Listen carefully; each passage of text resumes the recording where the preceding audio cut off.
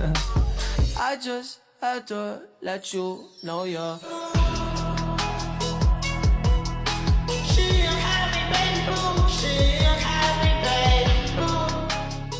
Asuransi jiwa penting gak sih? Jujur ya, kalau kita masih sehat dan bisa cari uang, rasanya gak penting-penting amat. Kita mikirnya, nanti aja deh, buang-buang duit. Tapi pernah gak kepikiran? Kalau tiba-tiba kita gak ada lagi. Terus, siapa yang bakal lanjutin bayar biaya hidup keluarga? Siapa yang biayain sekolah anak sampai mereka dewasa? Cicilan rumah, cicilan mobil, siapa yang tanggung? Nah, disinilah letak kesalahpahaman banyak orang. Asuransi jiwa itu sebenarnya bukan buat kita yang meninggal. Sama sekali bukan. Asuransi jiwa itu hadiah terakhir kita. Bukti cinta kita buat orang-orang yang kita tinggalkan. Untuk pasangan, anak, atau orang tua kita. Ini bukan soal siap atau nggak siap mati, tapi ini soal tanggung jawab. Jadi, kalau kamu punya tanggungan, pertanyaannya bukan lagi perlu atau tidak, tapi kapan kamu mau mulai mempersiapkannya. Yuk, pikirkan lagi.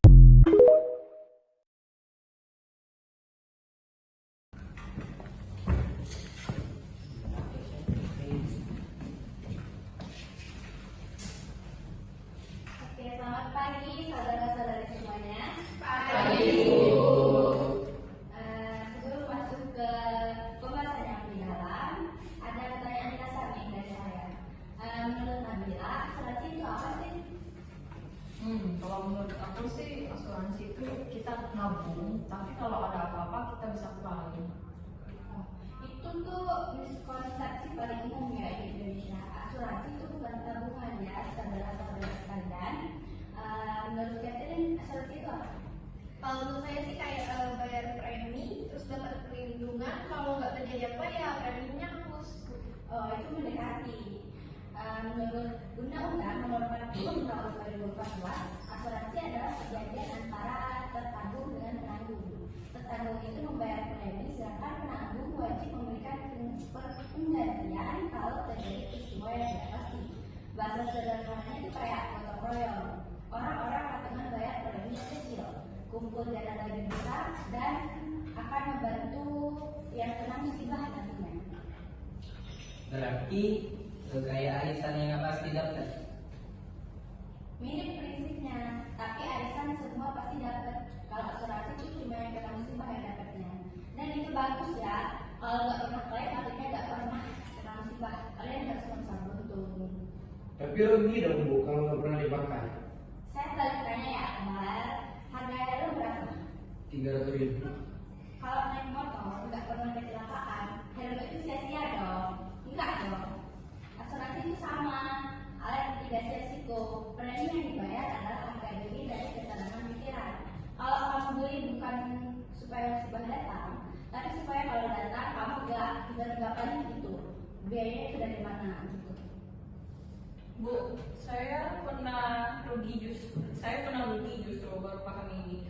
Dulu tuh saya beli produk, katanya itu tabungan investasi berhadiah proteksi. Ternyata itu tuh unit link, saya kira itu asuransi tabungan, sekarang baru ngerti bedanya. Saya pikir asuransi X yang BUMN itu pasti aman. Ternyata enggak ya. Jadi paham dasarnya ini penting banget sebelum beli produk apapun. Nah, kalau di Indonesia tuh asuransi dibagi menjadi dua besar. Yang pertama ada asuransi jiwa, yaitu santunan kalau tertanggung meninggal atau kena penyakit kritis. Perusahaan seperti perusahaan A, X, D gitu. Nah, yang kedua ada asuransi umum, dia seperti kendaraan, properti, kesehatan, jalanan dan tanggung hukum.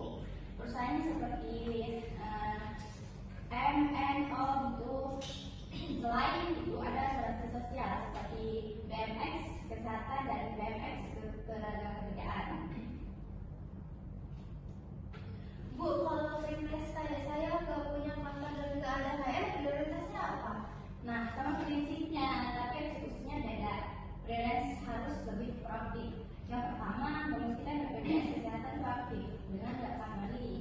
kedua ada BMX ketenaga kerjaan, juga bisa untuk pulang karyawan. Dan yang ketiga ada kalau jadi pencari nafkah utama, kamu harus mempertimbangkan term life atau asuransi jiwa yang berkala gitu. Premi bisa di bawah 200.000 sampai sebulan sampai up 1 miliar bisa mudah. 1 miliar, preminya segitu doang. Betul Catherine, dan itu konsep paling simpel, bayar premi selama jangka tertentu. Kalau meninggal, ahli waris dapat hak, kalau tidak ya premi hangus. Ini yang paling saya rekomendasikan karena sebab murah dan juga transparan. Nah itu yang saya takuti, kalau terjadi sakit sebulan, income nol, nggak ada cuti sakit dibayar. Makanya pakai taxi buat minus bukan studi tapi survival. Plus CIRD itu kamu yang membantu buat pergi daftar. Bu, kenapa orang Indonesia itu banyak nggak punya asuransi atau malas beli? Nah, ini ada beberapa faktor ya. Yang pertama dari literasi keuangan yang baru sekitar 65% menurut survei OJK. Begitupun kalau asuransi bahkan lebih rendah lagi. Yang kedua ada pengalaman buruk dari cerita klien ditolak atau agen yang hilang setelah dapat komisi. Yang ketiga ada budaya berbicara soal risiko yang dianggap kemarin. Dan yang terakhir ada daya beli. Padahal justru yang keuangannya pas-pasan yang paling butuh asuransi. Saya ada tambahan dari perspektif yang biasa Bu. Banyak teman kantor saya yang anggap BMX itu cukup dan nggak perlu asuransi lain. Padahal mereka nggak tahu BMX itu coverage-nya itu terbatas.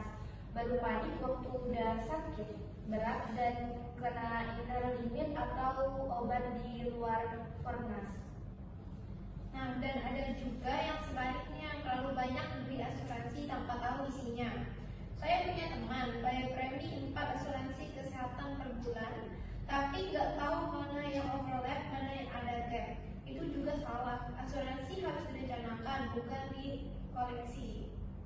Nah, dari sisi medis, saya bisa bilang orang Indonesia cenderung reaktif, bukan proaktif, baru cari asuransi setelah sakit. Padahal waktu itu sudah ada pre-existing condition yang bikin premi mahal atau klaim ditolak. Idealnya beli asuransi waktu sehat.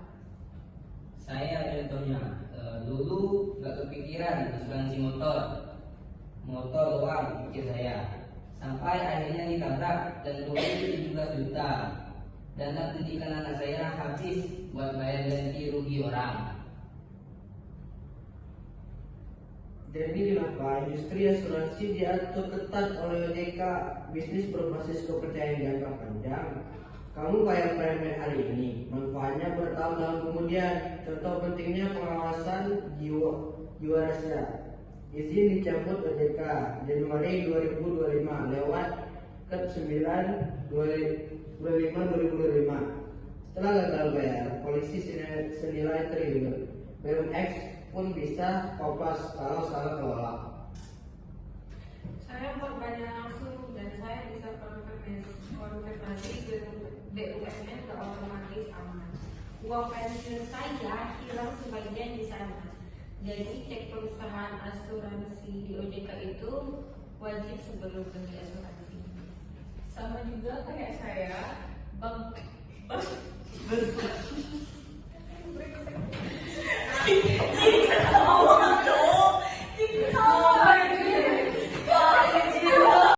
Bagian 2.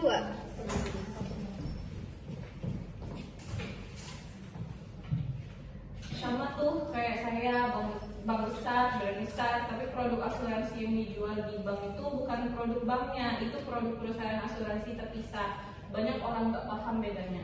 Betul, saya juga kira X ini dijamin negara seperti bank BUMN dijamin FS. Ternyata asuransi dan bank itu beda regulasinya.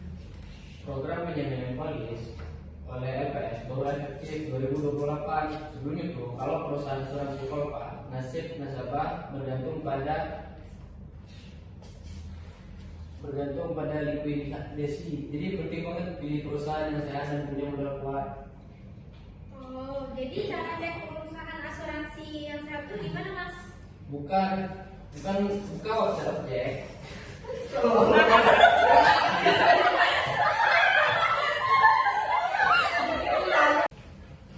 Buka website OJK, lihat rasio solvabilitas perusahaan minimal 120%. Menurut regulasi, lihat juga apakah perusahaan sedang dalam pengawasan khusus atau tidak, dan cek track record claim. Ada beberapa situs independen yang merating perusahaan asuransi berdasarkan kecepatan dan kelancaran klaim. Mas, kalau freelance kayak saya mau pilih perusahaan asuransi selain cek OJK, apalagi harus diperhatikan? 3 hal tambahan. Yang pertama yaitu jaringan rumah sakit atau bengkel. Pastikan ada yang dekat lokasi kamu. Kedua, cross claim digital buat freelance yang mobile. Asuransi dengan klaim lewat aplikasi jauh lebih praktis. Dan yang ketiga, customer service responsif. Coba hubungi hotline-nya sebelum beli. Lihat berapa lama dijawab dan kualitas jawabannya. Itu indikator yang bagus. Terakhir, sebelum lanjut, istilah-istilah dasar yang penting itu apa saja? Jadi gini yang saya rangkumkan, yang pertama tertanggung itu orang yang dilindungi polis, penanggung itu perusahaan asuransi, penanggung polis itu yang beli dan bayar premi. Premi itu biaya berkala ke perusahaan asuransi. Polis itu dokumen perjanjian, ini yang paling penting dan paling jarang dibaca. Uang pertanggungan itu jumlah yang dibayar kalau klaim disetujui, dan klaim itu permintaan ganti rugi, dan pengecualian itu hal-hal yang nggak di-cover, yang paling sering bikin nasabah kaget. Contoh pengecualian: bunuh diri dalam 2 tahun pertama, polis jiwa, banjir di asuransi kendaraan tanpa leader, PSST kondisi di asuransi kesehatan, cuma tertulis di polis, tinggal dibaca. Tapi Mbak, saya pengguna BMX lama. Kalau BMX itu asuransi swasta, apa.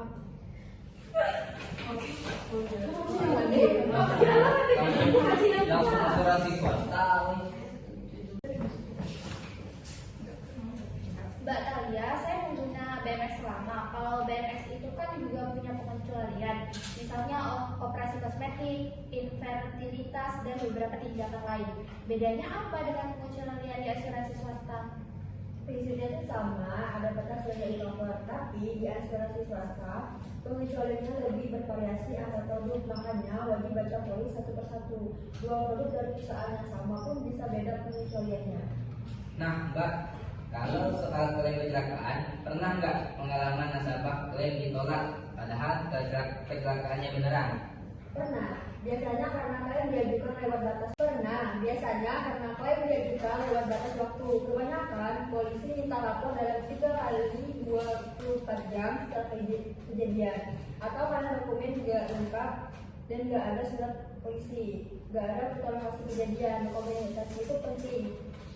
Foto dulu, lapor dulu, dan baru urus ke bengkel atau ke rumah sakit.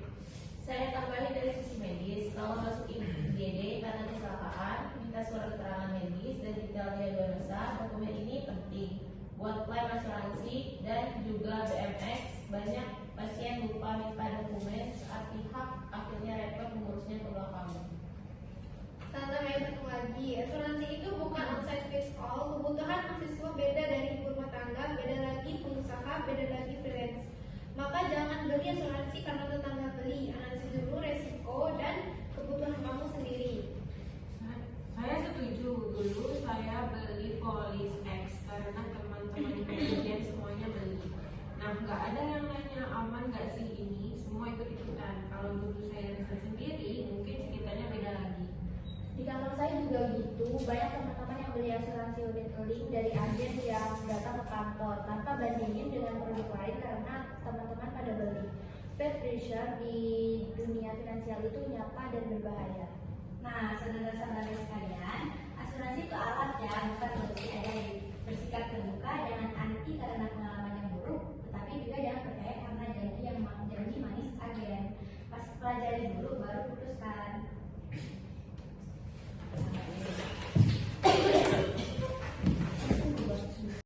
Segmen 2 bagian 1.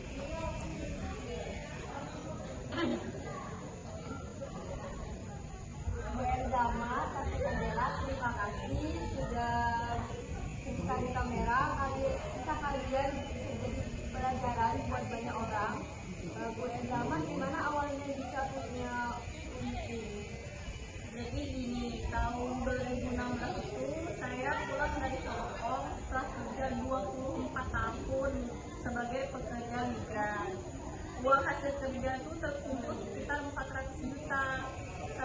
bank X di Madiun. Niat awalnya tuh mau bikin deposito pertama.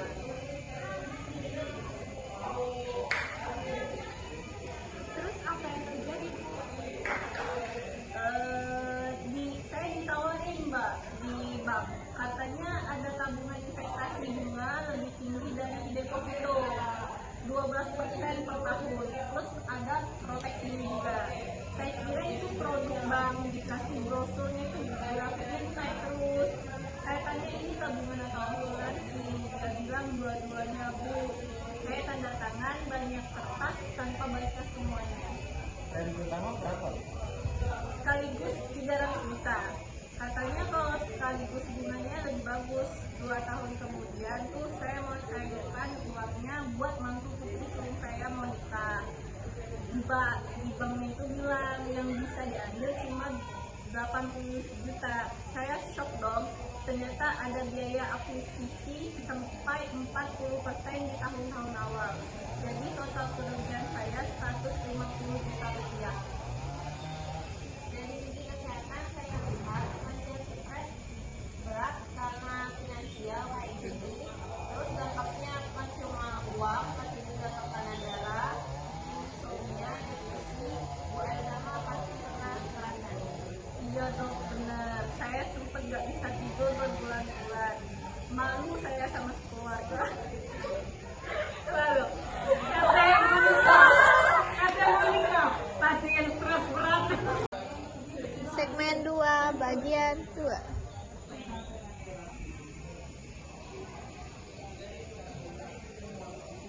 Dari segi kesehatan, saya lihat pasien stres berat karena kasus finansial kayak ini. Dampaknya bukan cuma uang, tapi juga tekanan darah, insomnia, depresi. Bu Elzama pasti pernah ngerasain. Iya dok, saya sempat gak bisa tidur berbulan-bulan. Malu tuh saya sama keluarga. Uang 24 tahun saya kerja di Hong Kong tuh hilang sebagian besar karena saya tuh gak paham yang saya beli. Cerita dari Bu Elzama bukan tunggal. Januari 2022, hampir 30 nasabah asuransi demo di kantor X, B, dan A. Mereka diduga lewat B asuransi, permasalahan asuransi lewat B. Ini masalah serius. Kalau kasus Anda, ceritanya beda konteks. Ya, saya ini pensiunan guru di tahun 2015 Bali Polis X produk JSBB dijamin bunga 9% per tahun. Saya tanam 500 juta seluruh tabungan pensiun saya, alasannya karena BUMN. Saya pikir negara nggak mungkin kolaps. Mulai ada masalahnya itu di akhir 2018, jadi saya dapat surat pembayaran klien di Sunda. Saya pikir administrasi biasa. Tahun 2019 beritanya pecah, X gagal bayar triliunan rupiah. Skandal investasi di saham berisiko tinggi. Pengelolaan dana nasabah disalahgunakan. Januari 2025, OJK resmi cabut izin X lewat aturannya. Polis saya dialihkan ke B-Life, perusahaan BUMN baru. Dari janji 500 juta per bulan, saya terima sekitar 400 juta jumlahnya. Dicicil rugi sekaligus bisa setelah 5 tahun menunggu. Tetangga saya di Wadah tanam 100 juta balik 5 juta. Untuk pengembalian di bawah 50%. Nah, suami saya juga pernah ada agen asuransi dan tahun lagi, oi. Bekas kantor ada saya masih sedih. Baik, pas bilang kayak begini. Segmen 2, bagian 3. Suami saya juga pernah ditawarin produk serupa di bank waktu dicairkan deposito. Untuk dia nolak karena namanya cerita pengalaman buruk. Jadi cerita-cerita kayak Bu Elzama ini penting banget disebarkan. Saya tambahin juga, yang bikin saya makin sedih itu ternyata banyak teman-teman BKW Hongkong yang juga kena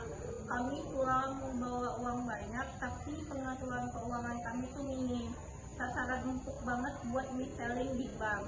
Sekarang saya aktif di grup WhatsApp TKW untuk share informasi soal asuransi dan investasi biar nggak ada korban lagi. Nah, di kantor saya juga pernah ada agen asuransi datang presentasi ke karyawan nawarin unit link. Saya lihat teman-teman pada tertarik karena return yang dijanjikan tinggi. Saya ingetin, teman ini asuransi loh, bukan deposito. Tanya dulu semua biayanya. Beberapa akhirnya nggak jadi beli, yang beli seberapa sekarang nyesel. Sekarang saya jelasin dari sisi produknya ya. Unity itu hybrid, gabungan asuransi jiwa dan juga investasi. Nama ilmunya itu produk asuransi yang dikaitkan dengan investasi. Jadi dipotong biaya asuransi dan biaya pengelolaan. Misalnya diinvestasikan sepekan modal. Masalahnya di awal polis biaya akuisisi sangat besar, bisa 40%. 4 jenis asuransi jiwa. Yang pertama terendahnya paling murah, paling simpel dan juga proteksi murni. Yang kedua whole untuk umur hidup lebih mahal. Yang ketiga ada endowment, triguna, proteksi sambungan. Yang keempat unit link, paling kompleks, paling mahal, paling banyak biaya terjadi. Buat pemula saya selalu sarankan sekarang dulu. Kalau unit link bermasalah, Unit link nggak semuanya jahat. Dia produk saya yang diawasi oleh OJK. Cocok buat yang paham investasi, mampu jangka panjang minimal 10 tahun dan tahan gejolak pasar. Masalahnya ada 3 hal: nasabah nggak paham, agen nggak jujur, dan investasi nggak yakin. Mbak Talia, saya kan freelance. Banyak teman saya yang ditawari unit ini kayak BM sekarang sama financial advisor itu legit Belum tentu finansial advisor di media sosial banyak yang bukan agen resmi. Mereka mungkin affiliate yang dapat komisi dan referral. Kalau mau beli asuransi, pastikan yang nawarin punya sertifikat AAD, aktif dan terdaftar di perusahaan yang berizin OJK. Minta nomor registrasi agen dan juga online. Jadi kalau ada yang DM, kalau Pak mau tahu cara financial planning yang tepat, Instagram itu efek. Nggak selalu, tapi waspada. Tanya langsung seperti Mbak, Mas, sertifikat AAD ini nomor berapa, dari perusahaan mana. Kalau nggak bisa jawab atau mengelak, cross-check.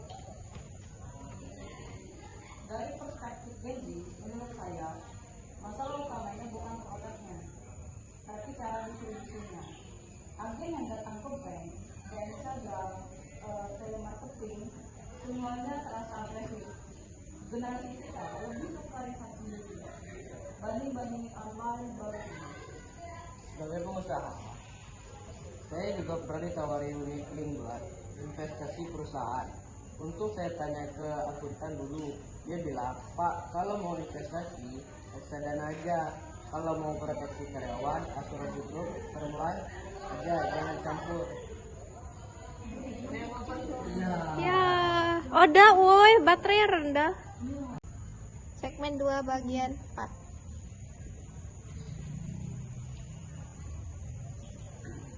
Sebagai pengusaha, saya juga pernah ditawari unit link buat investasi perusahaan. Untung saya tanya ke akuntan dulu, dia bilang, Pak, kalau mau investasi, reksadana aja. Kalau mau proteksi karyawan, asuransi grup term life aja. Jangan campur, saran simpel tapi tepat. Dari pengalaman saya belajar satu hal lagi. Jangan mudah tergoda oleh return yang tinggi. Bunga 9% dijamin itu harusnya jadi warning. Di era suku bunga normal, deposito aja cuma 4-5%. Kalau ada yang janji jauh lebih tinggi, pasti ada risiko tersendiri. OJK sudah keluarkan COJK nomor 5 tahun 2022 tentang TIP. Agen wajib rekam penjelasan produk, wajib ilustrasi 3 skenario, rendah, 1, 2, 3. Sebagai pengusaha, saya juga pernah ditawari unit buat investasi perusahaan. Untung saya tanya ke akuntan dulu, dia bilang, Pak, kalau mau investasi reksadana aja, kalau mau proteksi karyawan, asuransi grup term life aja, jangan campur, Saran simpel tapi tepat. Dari pengalaman saya belajar satu hal lagi, jangan mudah tergoda oleh deposit tinggi. Bunga 9% dijamin itu harusnya jadi warning. Di era suku bunga normal, deposito aja cuma 4-5%. Kalau ada yang jadi jauh lebih, pasti ada risiko tersembunyi. OJK sudah keluarkan SE OJK nomor 5 tahun 2022 tentang PAYDI. Agen wajib merekam penjelasan produk, wajib mengatasi 3 skenario, rendah, menengah, tinggi. Bukan lagi janji return fantastis satu arah, plus TOJK 23 tahun 2023 tentang peningkatan modal minimum. Perusahaan bermodal tipis akan tersaring. Kalau udah terlanjur, kalau udah kami beli dan merasa rugi gimana? Cek periode 14 hari setelah polisi terima, disampaikan gratis. Kalau sudah lewat, pertimbangan lanjut sampai biaya akuisisi selesai. Biasanya 10 tahun. Kalau merasa ada musisi, bukan ke OJK dan tempatnya langsung. 5 red flag, agen fokus ke return investasi bukan proteksi. Return dijamin tinggi, buru-buru minta tanda tangan, gak punya sertifikat AAGI aktif. Petugas bank gak bisa jawab detail teknis. Cek legalitas di ojk.co.id dan aj.org.id. Mas Aris, kalau dari sisi cara kerja agen yang benar, gimana sih seharusnya? Saya jawab dari sisi agen ya. Kalau saya selalu masalah, maka pertama saya tanya hubungan dan kondisi keuangannya. Siapa yang bergantung pada pendapatan kamu? Berapa kewajiban yang panjang? Cicilan rumah, pendidikan anak. Setelah itu baru ngatur up yang dibutuhkan. Limit kasusnya, up minimal 10 kali pendapatan tahunan. Setelah up ketemu, saya tanya kemampuan bayar premi. Patokannya premi asuransi jiwa idealnya nggak melebihi 10% pendapatan tahunan. Baru terakhir, kalau nasabah memang kita investasi dan mampu jangka panjang, saya bicarakan unit ini dengan diskon. Disclaimer lengkap, terima kasih. Dari sisi medis, saya ingin menambahkan kasus Bu Erzama dan Tante Tadela. Ini berdampak pada kesehatan. Erzama bisa meninggal berbulan-bulan, Tadela terus stres berat. Finansial trauma ini nyata jadi melindungi keuangan secara tidak langsung melindungi kesehatan juga. Saya sependapat dong. Waktu saya rugi 17 juta dan harus jual harta keluarga itu tekanan mental luar biasa. Bukan cuma soal uang, tapi rasa bersalah ke istri dan anak. Pesan saya,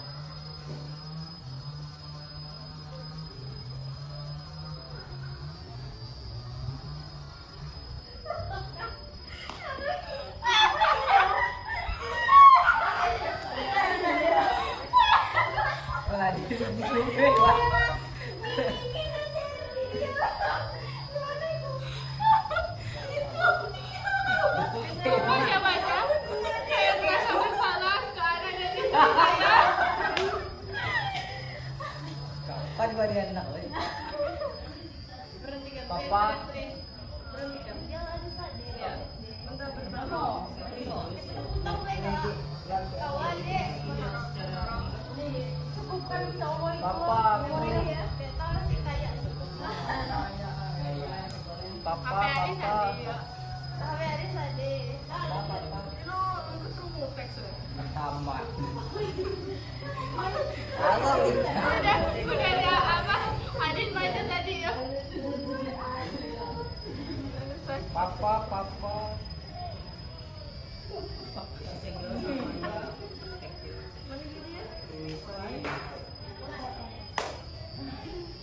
Pesan saya, kalau petugas bank nawarin tabungan investasi dan hadiah proteksi, langsung tanya aja ini asuransi ya.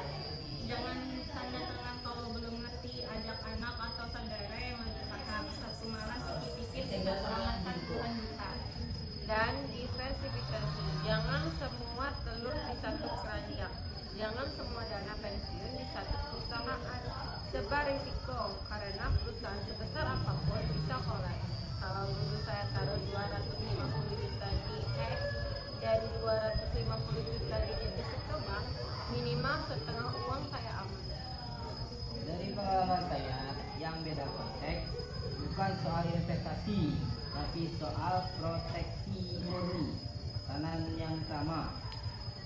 tunda beli asuransi yang memang kamu butuhkan.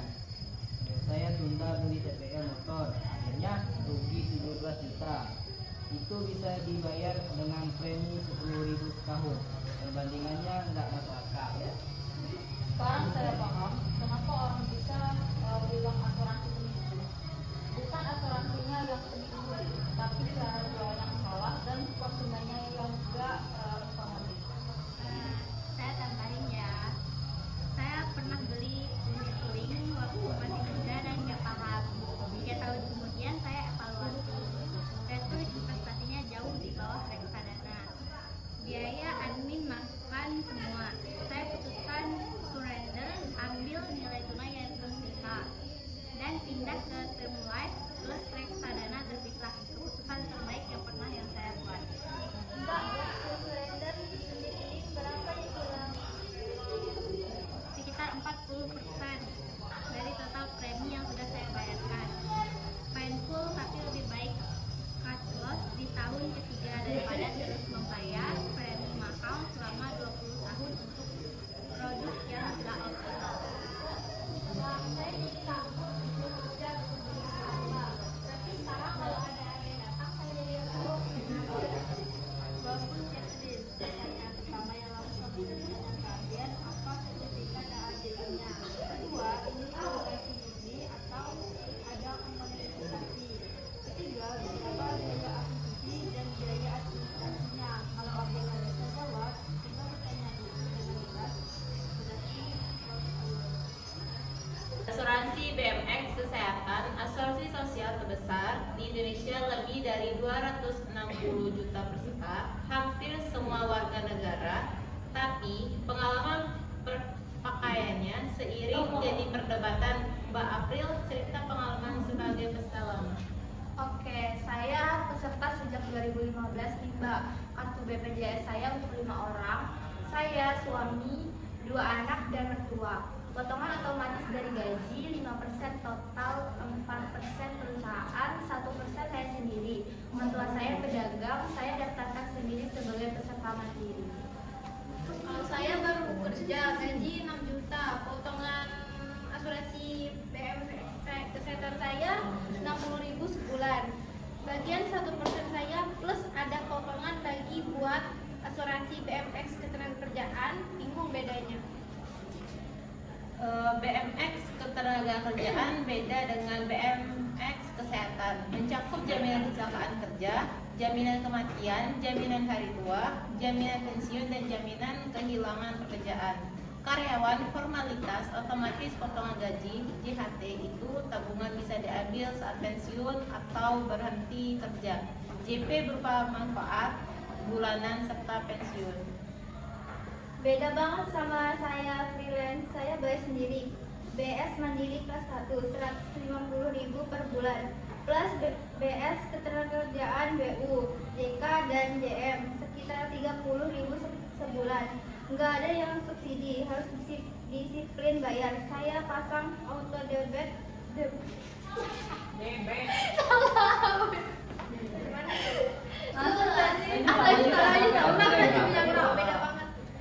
Beda banget sama saya freelance. Saya bayar sendiri. BS Mandiri kelas 1, 150.000 per bulan. Plus BS ketenagakerjaan BU, JK, dan JM, sekitar 30.000 sebulan. Nggak ada yang subsidi, harus disiplin bayar. Saya pasang auto debit biar nggak lupa.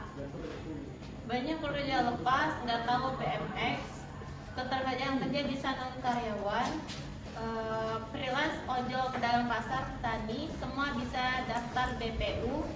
Ini info harus disebarkan.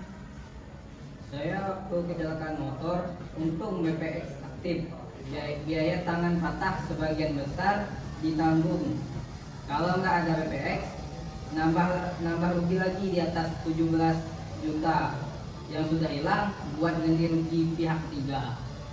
Nah, saya tambahin perspektif saya punya BX asuransi kantor dan asuransi swasta.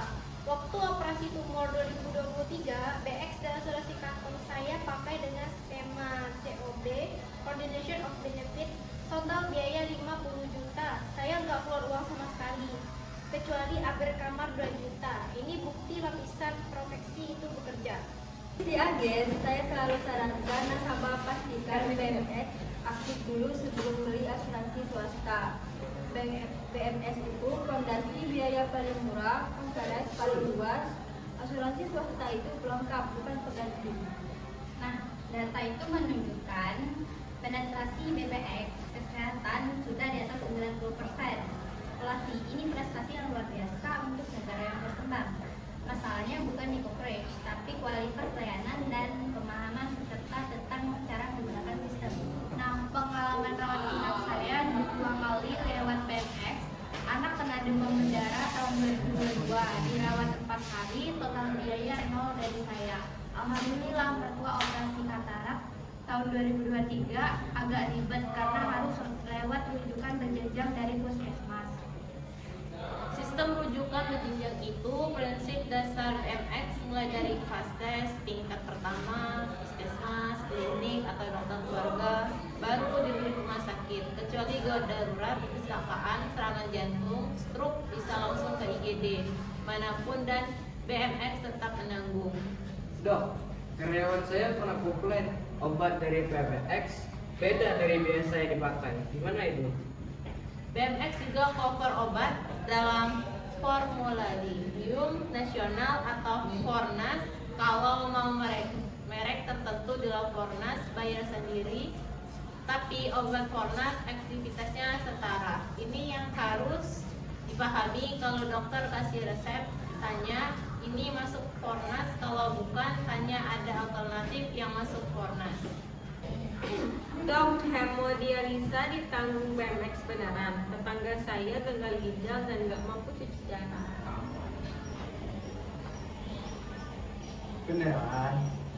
Beneran, cuci darah 2-3 kali seminggu tanpa bayar. Kemoterapi dalam Fornas juga operasi jantung, operasi tumor. 1 kali cuci darah kalau bayar sendiri 800.000 sampai 1 juta. Sebelum bisa 8 juta, setahun 100 juta. Semua di cover BPJS dengan iuran kelas 3 42.000 sebulan. Ini prinsip gotong royong yang benar-benar bekerja. Saya jadi nyesel, dulu saya anggap BMX itu nggak penting karena punya tabungan investasi tadi. Yang ternyata unit link. Kalau paham BMX dari awal, minimal proteksi kesehatan aman tanpa perlu taruhan ratusan juta.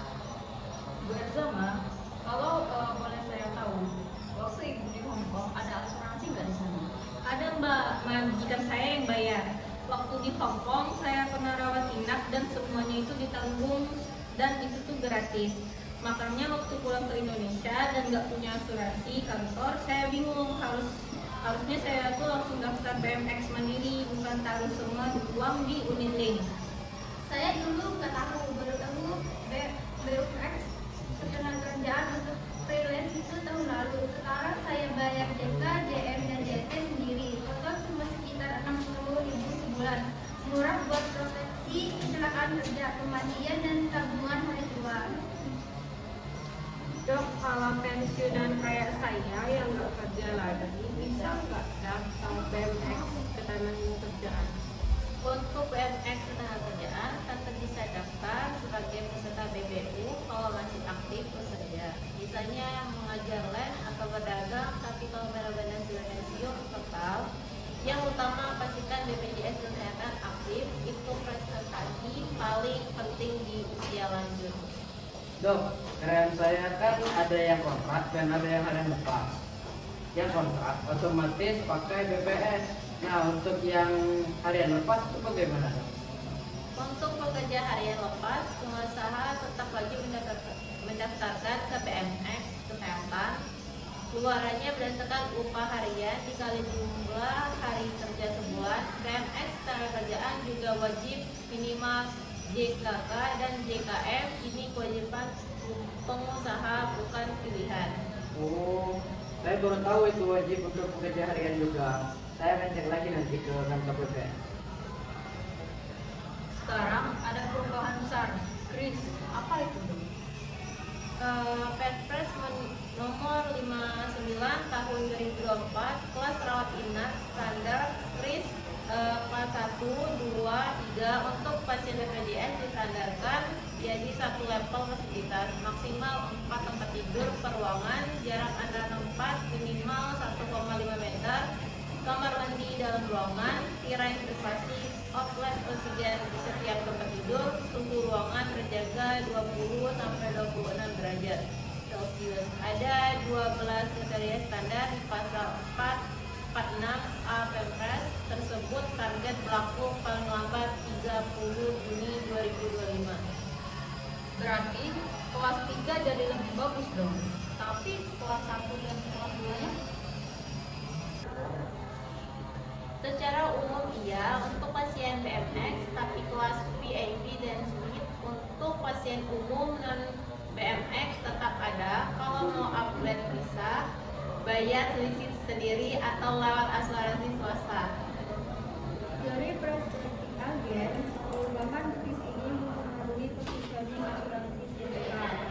Kalau KRIS berhasil naikkan kualitas layanan BMX, asuransi swasta harus makin jelas nilai tambahannya.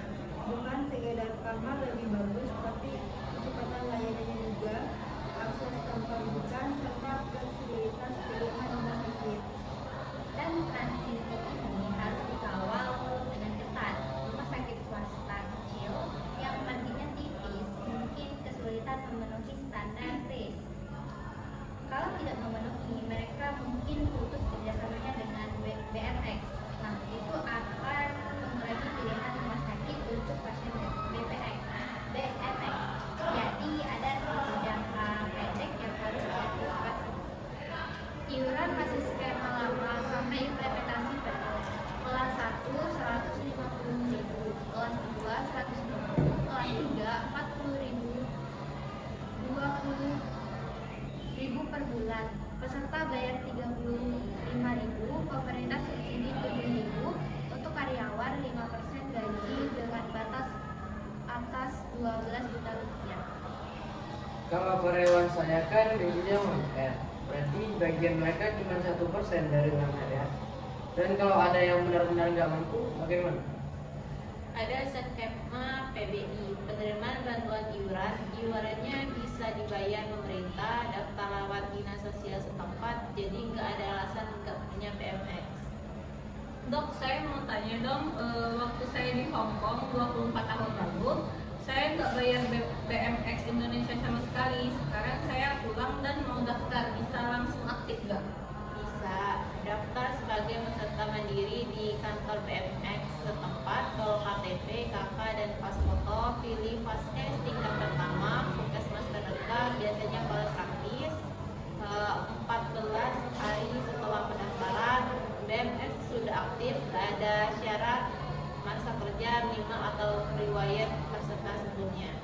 Alhamdulillah. Agustus tahun lalu saya pulang kerja malam. Di perempatan saya langgar lampu merah dan nabrak mobil seseorang. Saya yang salah. Saya patah tangan, motor rusak, mobil bapak itu pun rusak. Lampu pecah, bumpernya penyok, pintu rusak, dan perbaikan mobilnya pun 15 juta. Rumah sakit dia juga 22 juta. Jadi total semuanya 17 juta. Gak punya asuransi motor ya, Mas? Enggak, motor beli cash 2019. Enggak ada kewajiban dari leasing, enggak berpikir beli asuransi sendiri. Motor doang gitu saya. Akhirnya saya jual cincin istri, pinjam dari ibu tabungan pendidikan anak, setahun kerja balikin.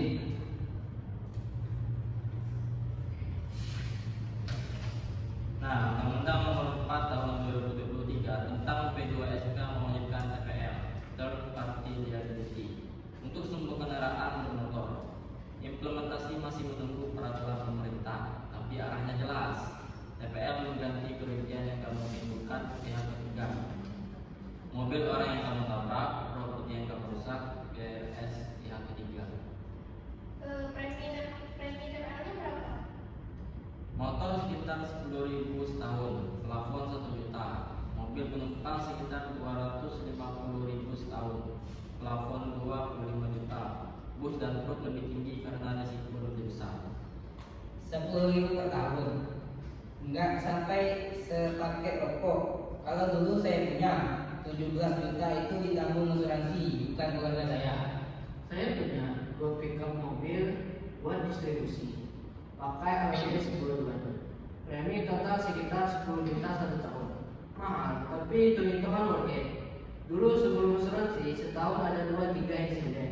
Biaya belasan juta per kejadian. Sekarang tinggal lapor, direct ke bengkel, jaringan. Bayar outreach 300.000 per klaim. Konteks itu apa sih? Biaya yang saya tanggung sendiri setiap klaim. Berapapun totalnya, saya bayar 300.000. Sisanya asuransi supaya nggak klaim untuk hal kecil. Pernah klaim ditolak Pak?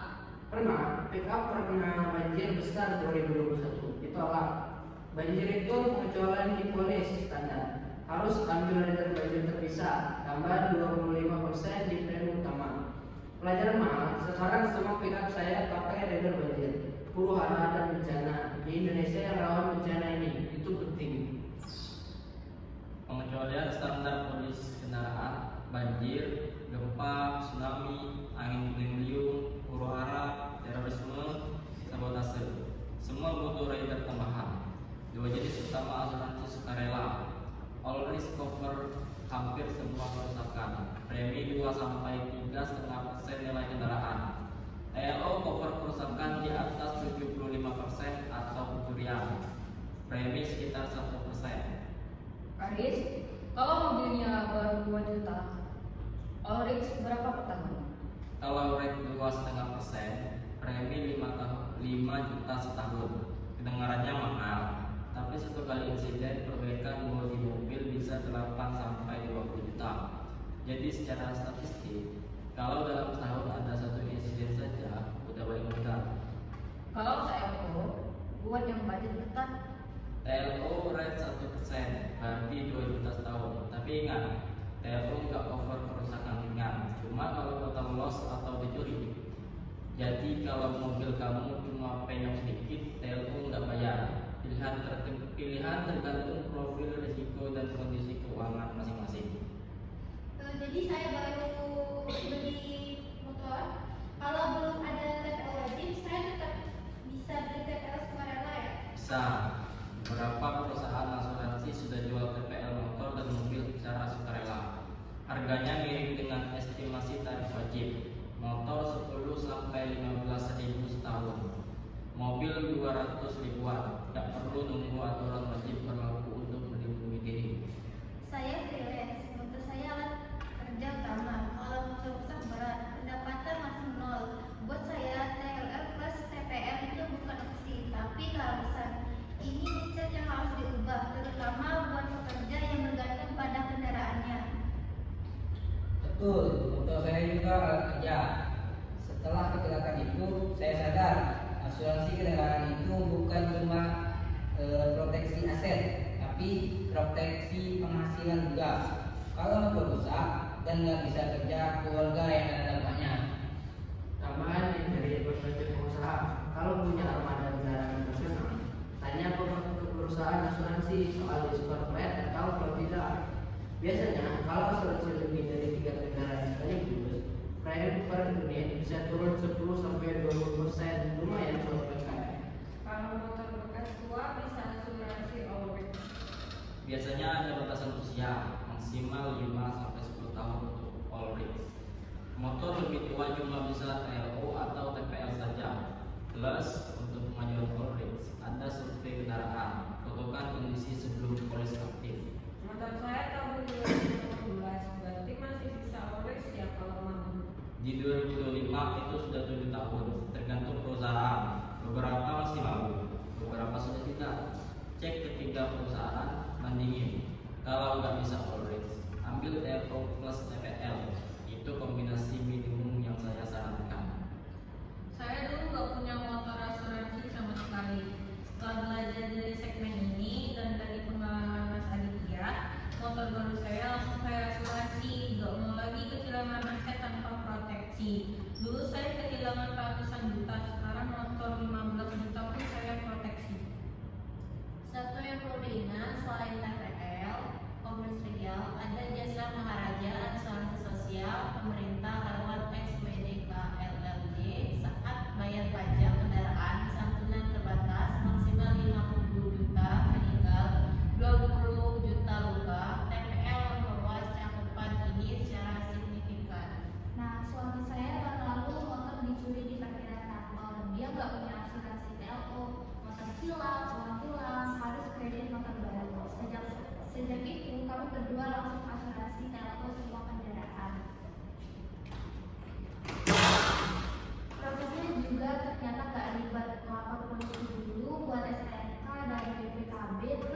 berkas ke asuransi. Kalau dokumentasi lengkap, klien bayar dalam 2-3 minggu. Saya juga punya asuransi mobil, Mercedes TPL. Waktu parkir di mall pernah disenggol orang. Prosesnya cepat, foto, lapor online, bengkel jaringan selesai. Yang penting pilih bengkel jaringan dekat lokasi biasa dan simpan nomor hotline asuransi di HP. Kalau sepeda motor harian bekerja contohnya apa?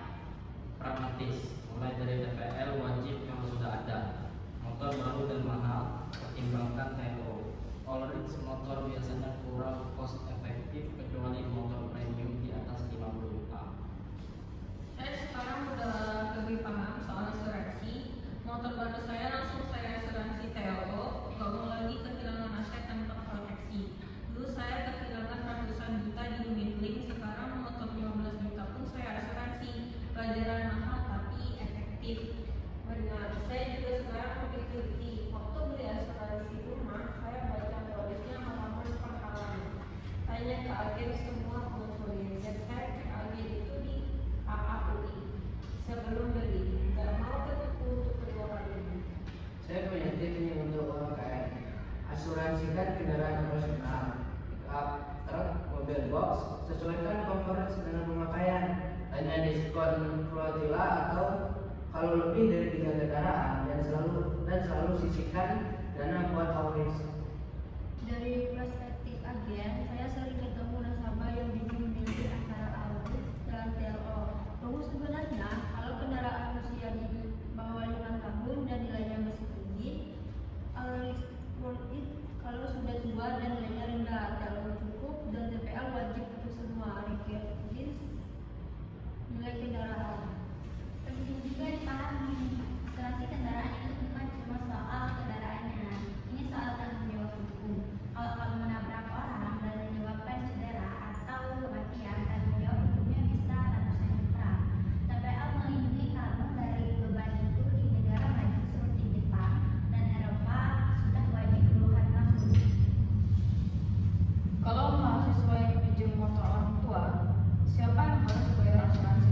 Pemilik atau yang memakai? Asuransi melekat kendaraan, bukan pengemudi. Jadi yang diasuransi adalah motornya. Siapapun yang pakai, kalau terjadi insiden yang di cover polis, klaim tetap bisa diberikan. Tapi cek polis, beberapa polis mencaratkan pengemudi punya SIM yang masih berlaku.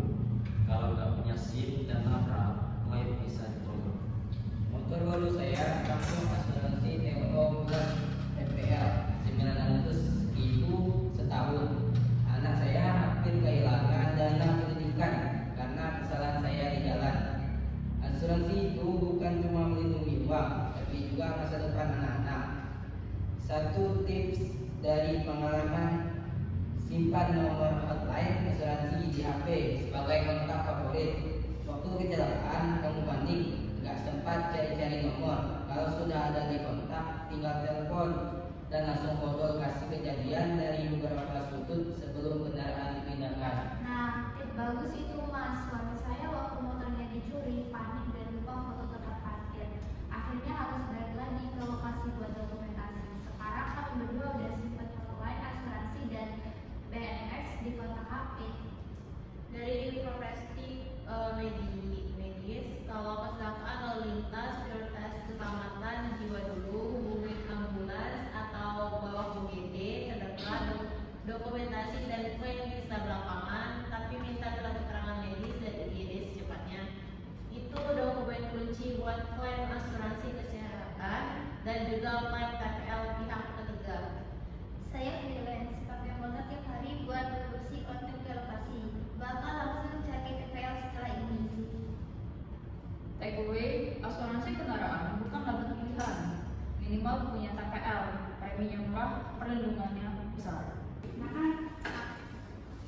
Kalau asuransi itu dokumen hukum, bukan brosur marketing. Sayangnya survei OJK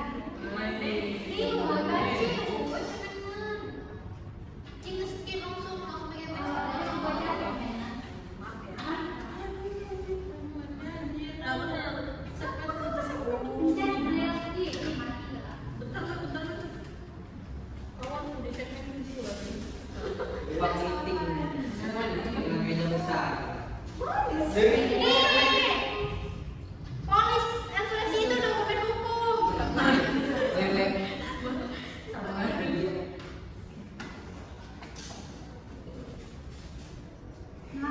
Maaf ya itu Rizka.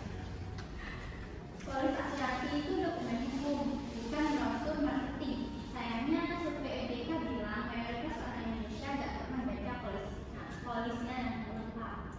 Saya jelasin struktur umum polis di Indonesia. Pertama, data polis, polis, nama tertanggung, nama pemegang polis, tanggal efektif, tanggal akhir, nominal up, dan pastikan nama dan juga nomor KTP benar. Kesalahan data sering dijadikan alasan klaim ditolak.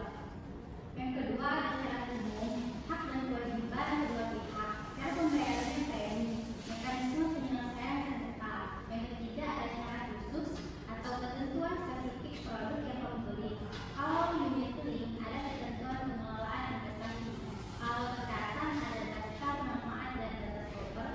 Dan yang keempat, ada ikhtisar dan schedule atau ringkasan satu halaman berisi semua informasi kunci. Jadi referensi cepat. Yang kelima adalah lampiran dan trader, atau kalau kamu ada dan tambahan, misalnya ada di lampiran tersendiri.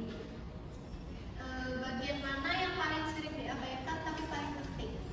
Pengecualian, ini halaman yang bikin nasabah kaget waktu klaim ditolak. Semua jenis asuransi punya pengecualian.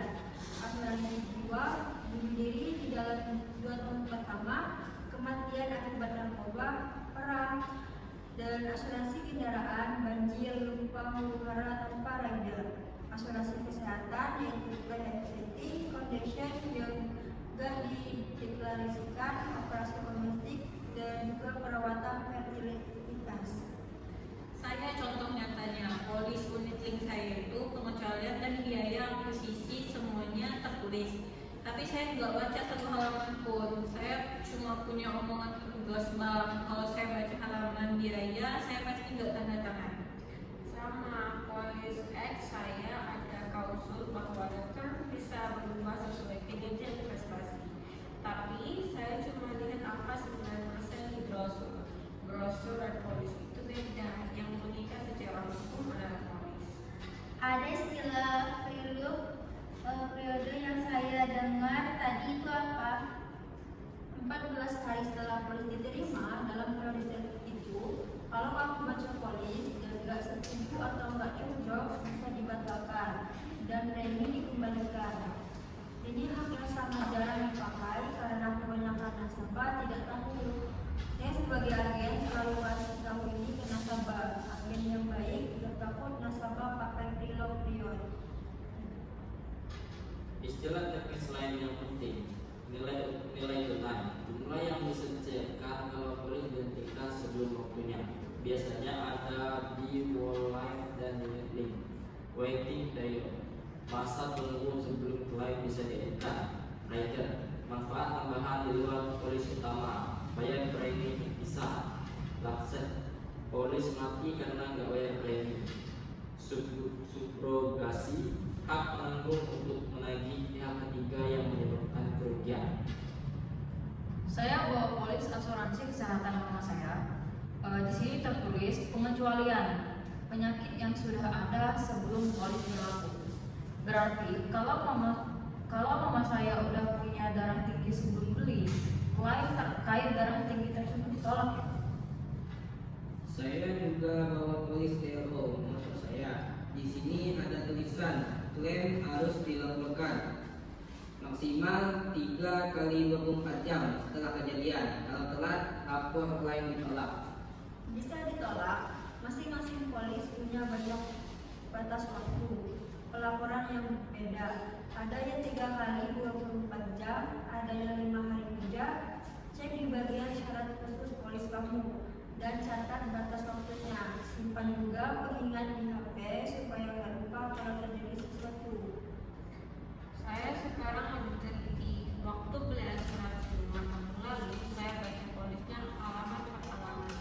Saya tanya ke agen, gempa di cover enggak, banjir di cover enggak, kebakaran karena panjangnya listrik di cover enggak. Ternyata gempa dan banjir harus ada terpisah.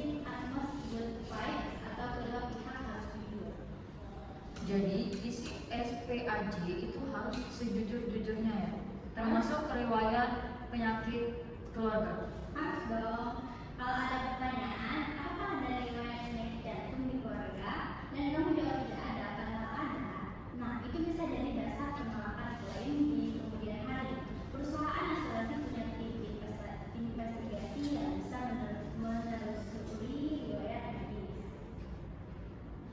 Tapi kalau sudah jujur, premi naik dong. Bisa naik atau ada pengecualian spesifik. Misalnya diterima tapi penyakit jantung di exclude, tapi lebih baik premi sedikit lebih mahal dengan komparasi yang pasti daripada premi murah tapi klaimnya ditolak saat dibutuhkan. Kejujuran itu investasi jangka panjang. Saya mau tanya soal penipuan.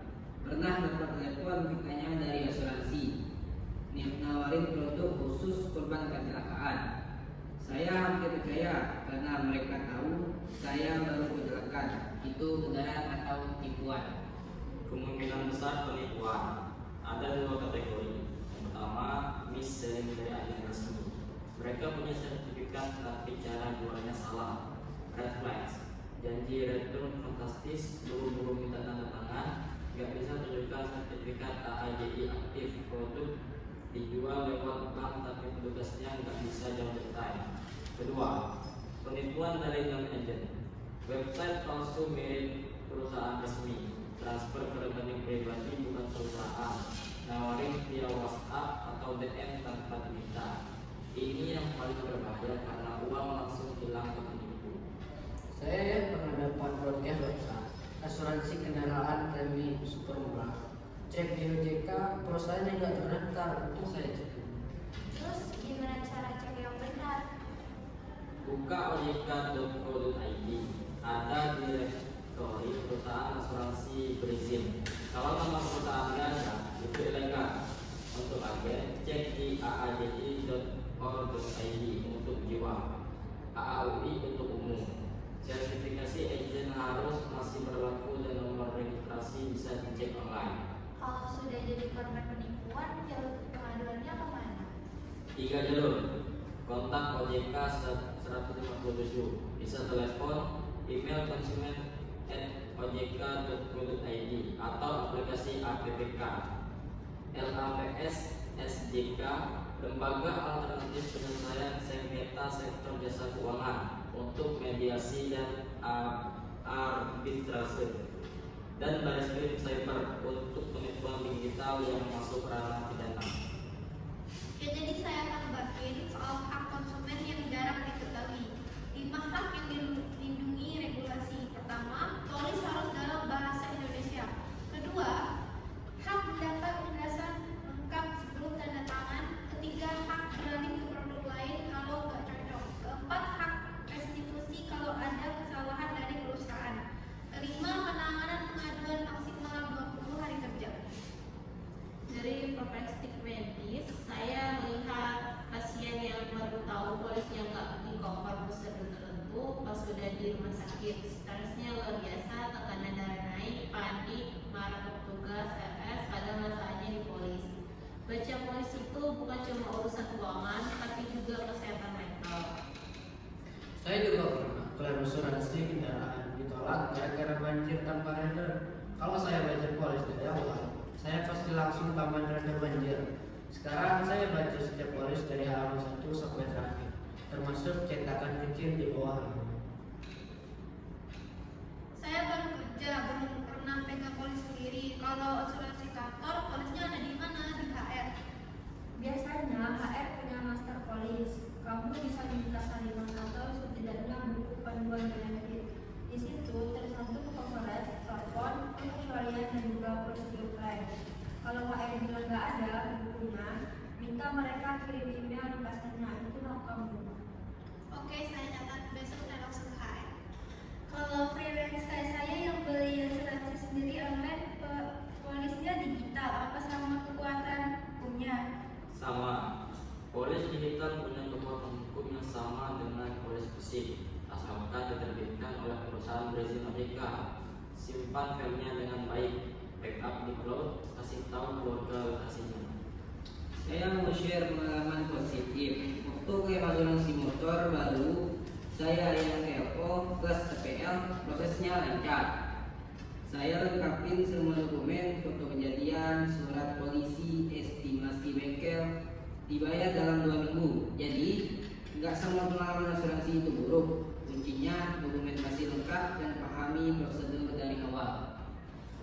Nah, sekarang tips and trik buat baca polis. Pertama, baca bagian pengecualian duluan. Itu yang menentukan kapan klaim tidak dibayar. Kedua, cek platform dan inner limit. Kadang platform tinggi tapi inner limit rendah. Ketiga, cek masa tunggu. Keempat, simpan polisi teraman dan kasih tahu keluarga lokasinya. Nah, saya juga pernah klaim BNX ditolak karena rujukan kurang lengkap. Setelah pelajari alurnya, sekarang lancar. Intinya sama-sama pahami aturan main sebelum duduk. Sekarang saya bikin daftar semua asuransi keluarga di satu file. Nomor polis, perusahaan, tanggal jatuh tempo premi, nomor hotline, kasih akses ke suami biar kalau terjadi apa-apa nggak ada yang terlewat. Saya tambahin, waktu saya coba mediasi ke OJK soal unit link, prosesnya tuh panjang, 3 bulan bolak-balik kirim dokumen. Akhirnya dapat penyelesaian parsial. Tapi kalau saya nggak gigih, nggak ada hasilnya. Jadi kalau jadi korban tuh jangan menyerah, terus follow up ke OJK 157. Saya beli asuransi perjalanan online, polisnya digital, masuk email. Saya simpan di Google Drive. Tapi pertanyaan saya, polis digital punya kekuatan hukum yang sama? Sama. Polis digital sah secara hukum masukkan diterbitkan perusahaan berizin OJK. Simpan filenya di cloud dengan backup dan kasih tahu keluarga lokasinya. Banyak kasus ahli waris nggak tahu almarhum punya asuransi, jadi nggak pernah klaim. Jadi saya baru kerja, belum punya polis sendiri. Tapi setelah diskusi ini, saya meminta HR kirimkan panduan asuransi karyawan dan saya baca semua, termasuk bagian pengecualian yang katanya paling penting. Pesan dari saya sebagai korban, polis X saya sebenarnya udah kasih warning kalau dan udah dijamin tetap. Tapi saya nggak baca. Seandainya saya baca teliti, mungkin masih tetap beli. Tapi setidaknya saya tahu risikonya nggak akan shock separah itu. Nah, kesimpulan dari diskusi kita, saudara-saudari, jangan pernah tanda tangan dokumen yang nggak kamu pahami.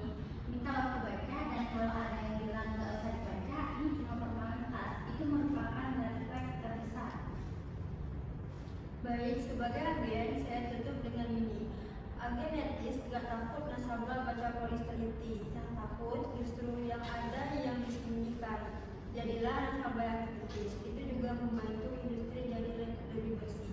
Mana arah industri asuransi Indonesia ke depannya? Dan buat yang muda-muda, gimana strateginya? Aris, gambaran besarnya bagaimana? Industri asuransi Indonesia sedang masuk fase transformasi besar. Ada 3 pilar perubahan. Pertama, penguatan regulasi dari OJK. Kedua, masuknya teknologi atau insurtech. Ketiga, pergeseran generasi konsumen dari boomer ke milenial dan Gen Z. Tiga-tiganya mengubah wajah asuransi dalam 5 sampai 10 tahun ke depan. Dari sisi regulasi, apa yang paling penting untuk kita tahu? Yang paling fundamental, Undang-Undang PPSK Nomor 4 Tahun 2023, 2 konsekuensi besar yang langsung mempengaruhi konsumen. LPS mulai menjamin polis asuransi tahun 2028 dan TPL kendaraan jadi wajib. Ini 2 perubahan terbesar dalam puluhan tahun. LPS jaminan polis 2028 artinya kalau perusahaan asuransi bangkrut, nasabah dan perlindungannya ya kayak deposito bank ini jamin LPS. Mirip konsepnya, tapi ada plafon. Detailnya masih disusun oleh OJK dan LPS. Yang pasti ini langkah besar. Kasus X dan X gak akan separah itu kalau sudah ada program penjaminan. Nah, kalau menurut POJK 23 tahun 2023 juga penting, peningkatan modal minimum perusahaan asuransi. Targetnya bertahap sampai 2026 dan 2028. Ini menyaingi perusahaan bermodal tipis yang selama ini jadi masalah. Perusahaan dengan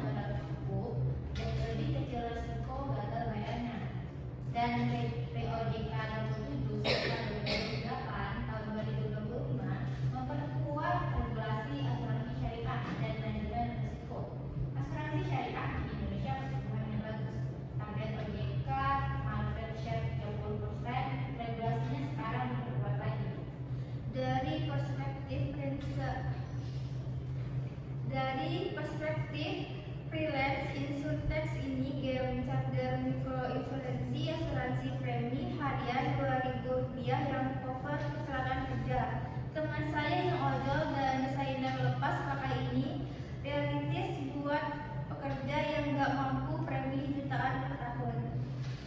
3 kategori insurtech besar. Pertama, asuransi full digital, beli dari HP, klaim dari HP, tanpa ketemu agen. Pasar polis, koala, unit digital, Allianz dan BRI Insurance. Kedua, embedded insurance, ditempel ke produk lain. Beli tiket dapat asuransi perjalanan, beli HP dapat screen protection. Ketiga, micro insurance untuk segmen yang selama ini tidak tersentuh. Saya pernah dapat asuransi perjalanan dari tiket kereta, premi Rp2.000. Itu embedded insurance. Iya, tapi hati-hati karena beli impulsif. Banyak orang yang nggak baca manfaatnya dan penjualannya. Kadang proteksinya itu cuma simbolis. Meskipun murah, tetap baca polis mininya ya. Dari sisi agen dan ke depan produk makin modular. Nasabah bisa bikin paket sendiri, resiko berat plus rider rawat, jalan plus jadi plus income protection. Gak lagi pakai bandar kaku. OJK tentang sudah mengurangi mis-selling signifikan. Wajib investasi 3 skenario, wajib bersama. Dan sikap generasi muda terhadap asuransi ada 2 kelompok ekstrim. Skeptis total yang anggap asuransi penipuan dan yang terlalu cepat beli tergoda marketing digital. Tantangannya literasi. Milenial dan Gen Z sebenarnya konsumen ideal. Usia muda, premi murah, low clearing akhir. Buat UMKM ada harapan nggak asuransi khusus usaha kecil itu? Trennya mengarah ke sana. Asuransi khusus freelance, khusus content creator, khusus ojol, khusus petani, plus AI dan data analitik untuk underwriting. Premi makin personalis sesuai profil risiko individu. Prediksi 5 tahun ke depan ya Mas. Konsolidasi industri, jumlah perusahaan berkurang karena syarat modal naik. Yang survive punya modal kuat dan teknologi mumpuni. Dominasi digital channel, agen fisik tetap ada tapi proporsi turun. Asuransi syariah tumbuh cepat dan produk makin terspesialisasi.